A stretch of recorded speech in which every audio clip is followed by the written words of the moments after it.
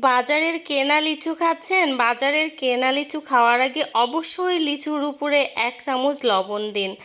আপনি অনেক বড় সমস্যার সমাধান পেয়ে যাবেন। লিচুর উপর আমরা কেন লবণ দিচ্ছি? আসলে এখন বাজারে প্রচুর পরিমাণে লিচু পাওয়া যাচ্ছে। বিভিন্ন ধরনের ফল আমরা ধুয়ে খেলে লিচুটা আমরা ধুয়ে খাই না। লিচু বাজার থেকে নিয়ে আসার সঙ্গে সঙ্গে আমরা হুমড়ি খেয়ে পড়ি এবং লিচুগুলো খেতে শুরু করি। এমনভাবে খেতে শুরু করি যে লিচুগুলো ধোয়ারও প্রয়োজন মনে করি না। বাচ্চা থেকে বড় প্রত্যেকটা মানুষই কিন্তু লিচু অনেক পছন্দ। লিচু খেতে খেতে আমাদের দিশাই থাকে না যে আমরা লিচুটা ধুইনি, লিচুটা না ধুয়েই খেয়ে ফেলেছি। তো লিচু আসলে কেন আমরা লিচুর উপরে লবণ দিব দেখতে থাকুন। এখানে আমি পানি নিয়ে নিয়েছি আর পানিতে 1 চামচ পরিমাণে লবণ অ্যাড করতে হবে। এটা কোনো গরম পানি না বা কিচ্ছু না, ট্যাপের নর্মাল পানি নিয়ে নিয়েছি। নেওয়ার পর লিচুগুলো এভাবে আমি পানির মধ্যে দিয়ে দিচ্ছি। অবশ্যই যেগুলো লিচু আপনি খাবেন সবগুলো লিচুই কিন্তু এভাবে করে দিতে হবে। আপনি অবাক হয়ে যাবেন আপনার পুরো ফ্যামিলি কতটা বড় একটা ক্ষতির সম্মুখীন থেকে বেঁচে যাবে। তো লিচুগুলো আমি সবগুলোই দিয়ে দিচ্ছি। যেটুকু লিচু আমরা খাবো সেই লিচুগুলো অবশ্যই সবগুলো দিতে হবে। তো সবগুলো লিচু দেওয়া শেষ। এভাবে ভালোভাবে লিচুগুলো যাতে পানির মধ্যে ডুবে থাকে সেদিকে খেয়াল রাখতে হবে। একটা লিচু যেন পানির বাইরে না থাকে, পানিটা এমন পরিমাণে দিতে হবে।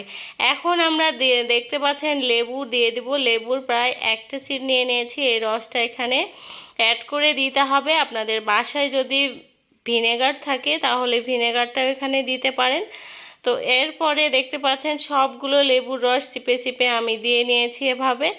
আপনারা হয়তো ভাবছেন এই লিচুগুলো পানিতে ডুবালে কি হবে? এরপর আমরা কিছুক্ষণ ঢাকনা দিয়ে এটা ঢেকে দেব। অবশ্যই 10 থেকে 15 মিনিটের মতো এখানে ঢেকে রাখতে হবে।